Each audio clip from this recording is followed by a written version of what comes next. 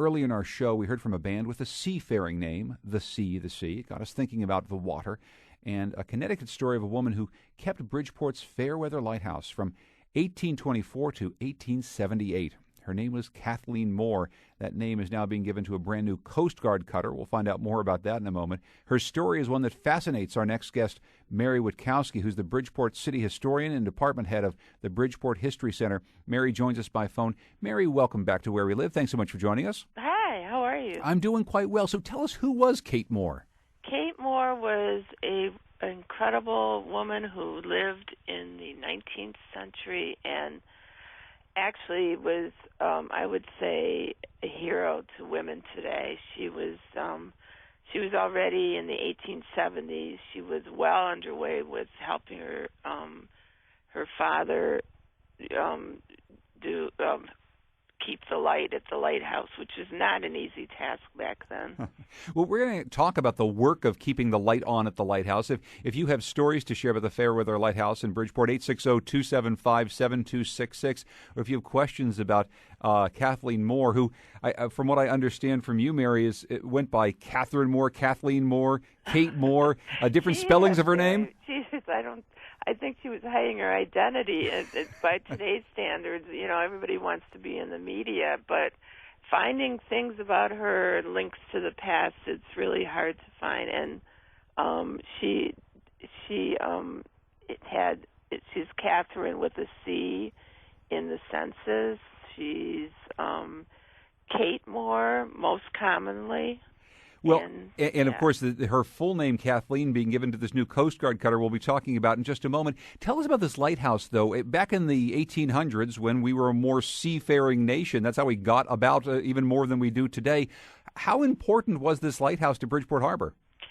It was tremendously important. In fact, they said that there could be as much as 300 ships in the harbor at a time, and she was actually helping her father originally. At the age of 12, she was already helping him keep the light going, which was not easy because it was an oil lantern and there were many steps up to the lighthouse, and it's very treacherous. It's a very treacherous job. I mean, it seems physically taxing, too, and starting at the age of 12 and then throughout most of her life, she does this, in a lot of cases, by herself. What did she have to go through to make sure this light was always on so the ships weren't crashing into the rocks? I just try to imagine it myself, and it is very difficult to even think about. And she did it alone most often. So her mother was her mother and father lived to a ripe old age, as we found out that Kathleen did. She lived to be 85 years old. She died in 1899, but she really it was a treacherous job. I don't know how she did it.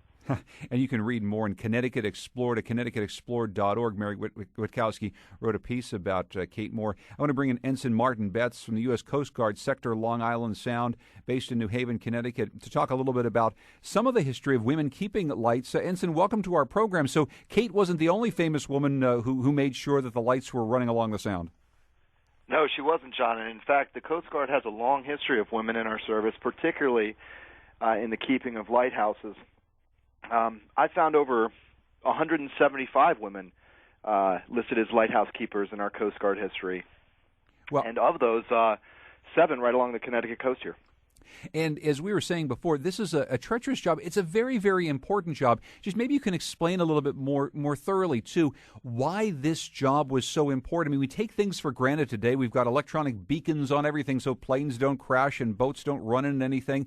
This was a much different situation back in the day.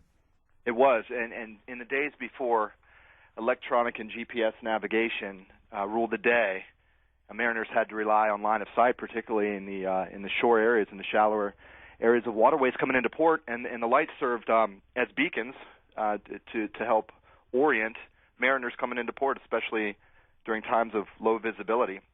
And before those beacons were automated, naturally they had to be tended by people who kept the flames burning. From what I understand, she was credited with saving a number of lives. Mary Witkowski, 21 lives she saved over her career? Right.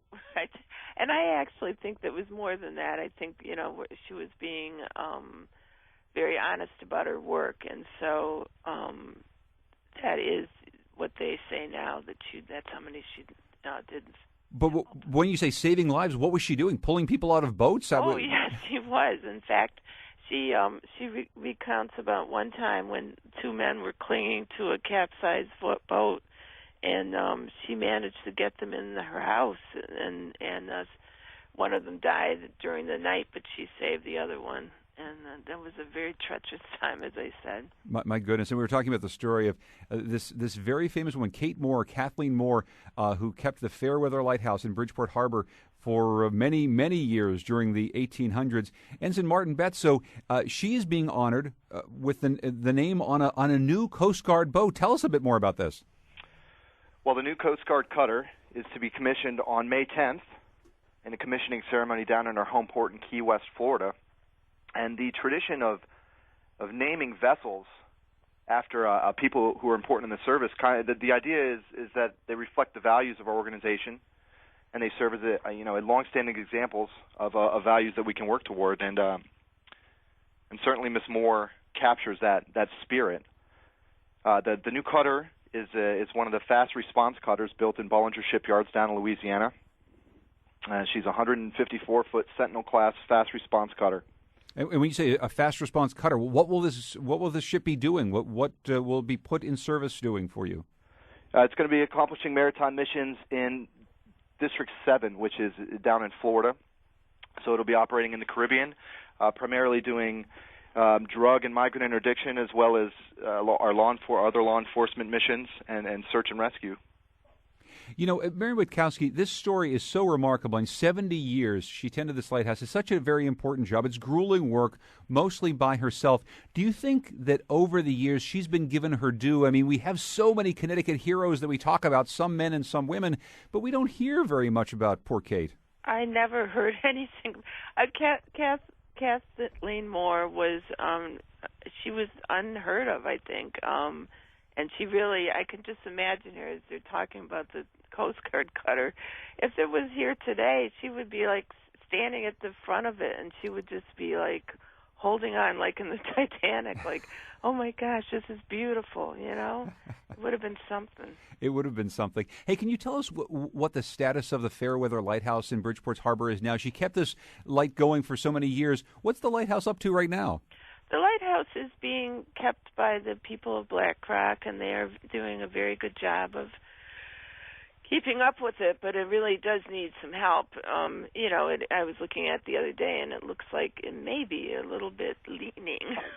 A little bit leaning. So we have to check on that, yeah. Well, that's not a good thing. I'm sure that if Kathleen Moore was around today, she would make sure that the lighthouse was in very good shape for the years to come. I want to thank Mary Witkowski, Bridgeport City historian, for sharing this story. You can read more in Connecticut Explored if you go to connecticutexplored.org. Thank you so much for your time. And thanks to Ensign Martin Betts from the U.S. Coast Guard Sector, Long Island Sound. Our program is produced by Lydia Brown and Tucker Ives. The executive producer is Katie Tolarski. I'm John Dankosky. Governor Malloy's Monday, and this is Where We Live. Another fascinating show brought to you by Where We Live on WNPR. My name is Lee Newton. I am joined by Patrick Scahill, and we hope that you will go to the phone right now on the very last day of this important membership drive and support Where We Live. We've had a great morning, but we are working our way toward a very ambitious day, $35,000 for the entire day. If we can raise that, we know we'll be where we need to be to continue to bring you great programming like this. You can join us at 1-800-584-2788. Make a donation. Of course, you can go to WNPR.org as well. But another fascinating story of Kathleen Moore, a lighthouse keeper in Bridgeport. This is a story I had never heard, Patrick. Yeah, me neither. John is always unearthing, of course, and his producing crew, really amazing stories, looking at exciting topics and things to learn about. Some are more serious, some are lighter, but Where We Live is consistently a fantastic show, and I hope you'll support it right now. 1-800-584-2788. So we do have a goal for this hour of $1,000, and we have about $436 left to go to get to that goal. So we're making some great progress, and the nice thing is right now when you call in, the Newman Zone Foundation is going to match your donation dollar for dollar. So a lot of folks folks do wait for two things. One, these matching challenges, and two, for the last day of the drive. Both of those conditions are true right now. So if you are one of those folks, call up and make a donation. If you have already, thank you so much. If you haven't yet, now is kind of almost your last chance. The number is 1-800-584-2788, Lee. And, Patrick, we got a pledge in from Sammy Shama of Hartford, and says that they'd like to donate some children's books. I listen only to this station, and I believe it's our duty as the public to support them. So I think that's a wonderful sentiment. I hope that you will join us right now, as so many people have done. Diane in Simsbury, we had Patricia in Old Saybrook, Helder called, and just lots of wonderful people have called in and made that contribution and supported WNPR, and especially Where We Live. This is a program that began 8 years ago. It was something that we wanted to do for so long, and now we just can't imagine this WNPR without it. And I hope you'll support it right now by going to the phone, 1-800-584-2788. Very quickly, I'll mention just one more time, for a gift of $6 a month or a one-time pledge of $72, you can donate 3 books to First Book. This is a not-for-profit group that's been putting books in the hands of kids who need them for about 25 years. So again, that's for a pledge of $6 a month or a one-time gift of $72. You'll put 3 books in the hands of a needy child, and you'll support WNPR. Call us right now. We do have this $1,000 goal. We're below $400 to go to get there. Help us finish this out. It's 1-800-584-2788, or go online to WNPR.